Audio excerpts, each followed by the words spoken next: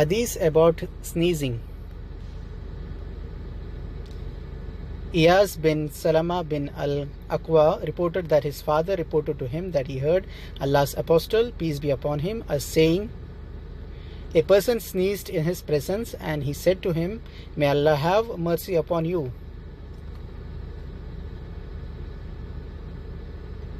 And he then sneezed for the second time, and Allah's Messenger, peace be upon him, said to him, he is suffering from cold, and no response is necessary.